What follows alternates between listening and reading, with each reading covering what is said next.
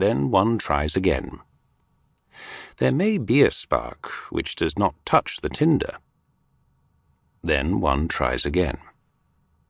But when a spark does set the tinder smouldering, as must happen sooner or later, it has to be carefully blown on, not too much and not too little, till it glows brightly.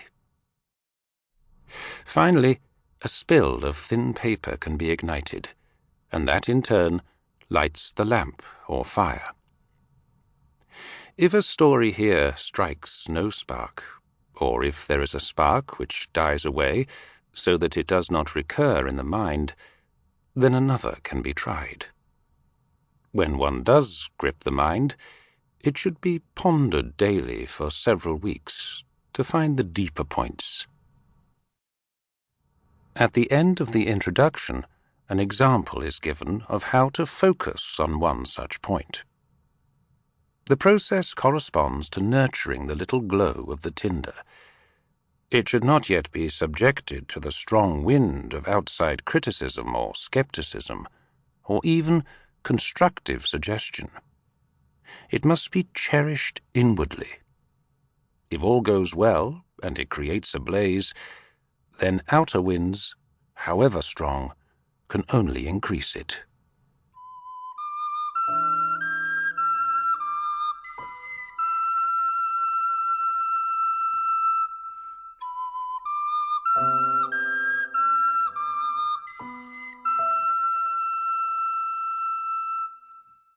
These stories are not the same as Zen koans, in many of which something apparently extraordinarily inappropriate is said, or perhaps done.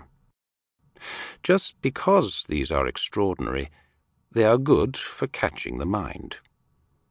But afterwards, the light from them has to be applied to daily life. The pieces presented here are often incidents from ordinary life. Not that there are no extraordinary ones, too. The aim is to find realization and inspiration from daily life. Because they are ordinary, it may be harder to focus upon them. But the traditional presentation is skillful at catching at the heart of an attentive reader. In the Jewish tradition, Jesus was the first person known to have made systematic use of the method of riddle. He never spoke to the people except in riddles, says the Gospel. He expected these to be solved. To disciples asking for an explanation, he replied briefly, "Are you as dull as the rest?" Interested listeners may find a stimulus in the Buddhist priest's comment on pearls and swine later in the book. His use of the riddles was itself a riddle, echoing and extending the riddle in Isaiah. To those outside, everything comes by way of riddles, so that, as Scripture says, they may look and look, but see nothing. They may hear and hear, but understand nothing. Otherwise, they might turn to God and be forgiven.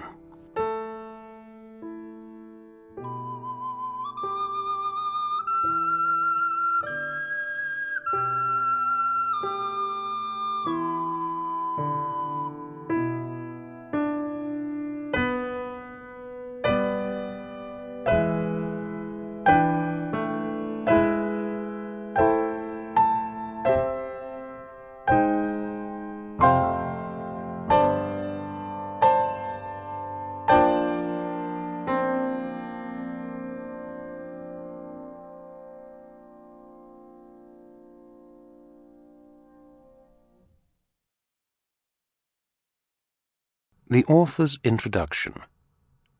Cloth and stone. Cloth against cloth, or stone against stone. No clear result, and it is meaningless. Catch the flung stone in the cloth. Pin the wind-fluttered cloth with a stone. To keep listening to this audiobook, I've left you a link in the description so you can do it, at no cost thanks to Audible's 30-day free trial.